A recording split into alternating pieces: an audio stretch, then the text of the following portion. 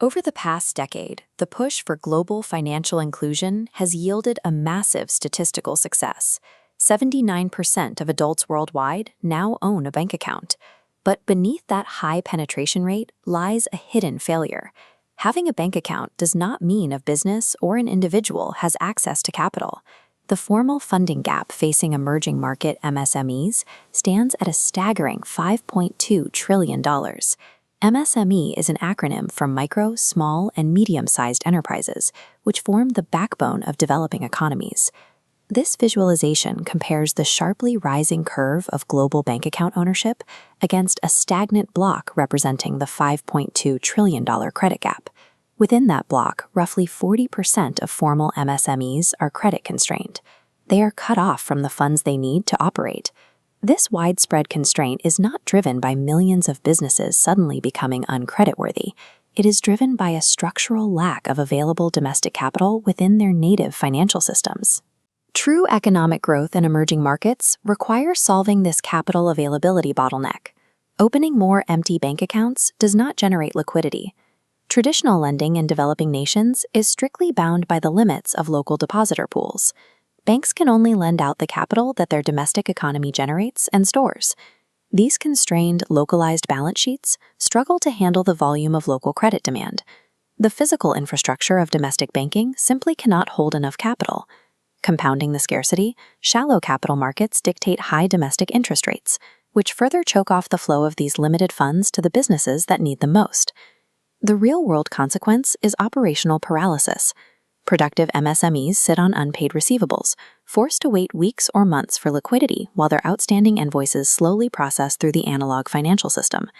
This paralysis extends directly to the individual level. Formerly employed workers lack short-term financial flexibility between paychecks, leading to financial stress that directly degrades worker productivity.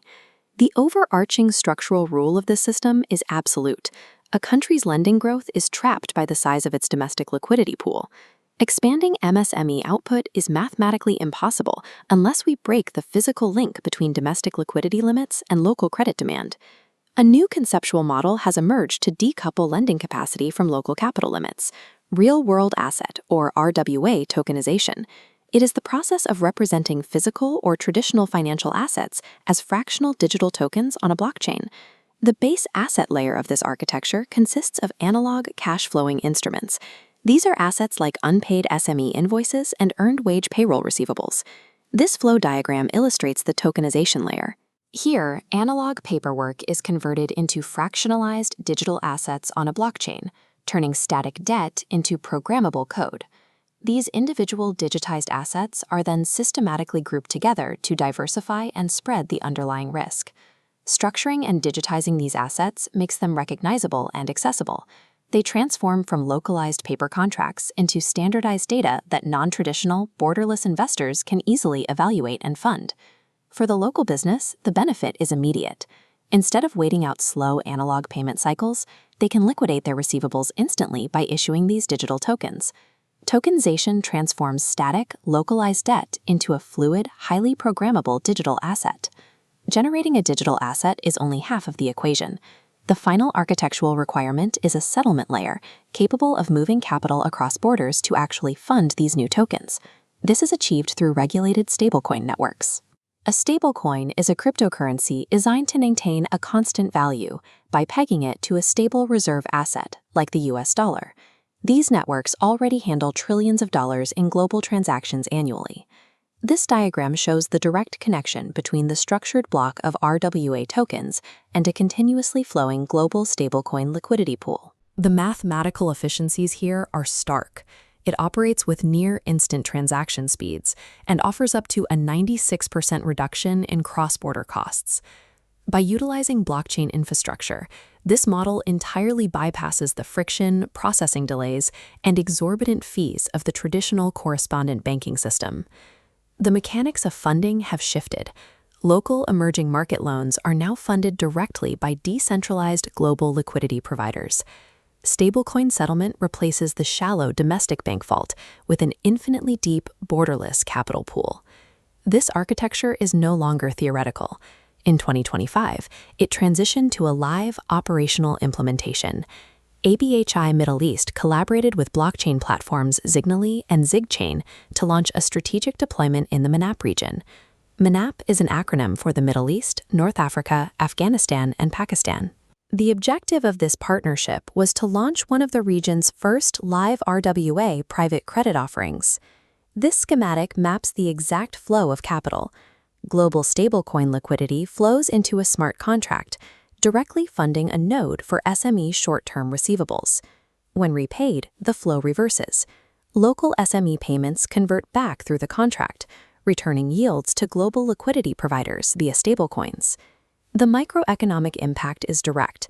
MENAP SMEs receive immediate working capital backed by their Provective invoices, stabilizing their daily operations without relying on local banks. Simultaneously, global liquidity providers gain yield by participating in structured, transparent lending tied directly to real-world economic activity. This creates a compounding multiplier effect.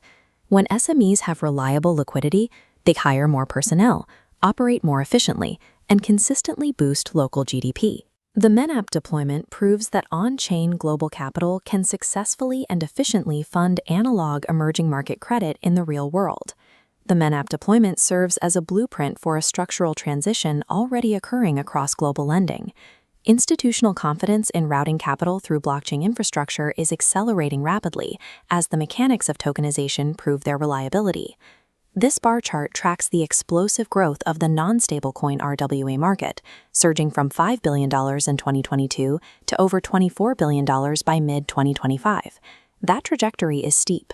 Financial models project the long-term scale of this market to reach $32.4 billion by 2034. This financial engineering connects directly back to the broader objectives of global development and economic stability. Tokenized liquidity actively supports the Sustainable Development Goals. It creates jobs, boosts local economies, and lowers financial inequality by distributing capital where it was previously blocked. Borderless programmable capital is evolving from a niche technology into a mainstream institutional strategy for emerging market development. There is a critical caveat to this growth. Unprecedented technological efficiency does not erase fundamental financial realities. We must draw a vital distinction between the friction of liquidity transfer and the underlying probability of credit default. The harsh reality of tokenization is that digitizing a bad loan simply creates a highly liquid, easily transferable bad loan. The blockchain guarantees the transfer, not the repayment. Ignoring localized credit risk when connecting vulnerable markets to massive global capital pools presents a severe systemic danger. Integrating stablecoins into structured cross-border lending requires an immediate upgrade in regulatory clarity. The rules governing these flows must match the speed at which they operate. For this ecosystem to survive, specific safeguards are mandatory. It requires advanced on-chain transparency, rigorous compliance protocols, and robust investor protection mechanisms. Emerging markets are moving from a system where lending is limited by local geography to a system where lending is limited only by global risk appetite. Building the capital bridge is the first step toward inclusion. Maintaining its integrity requires mastering the on-chain risk management needed to keep it intact.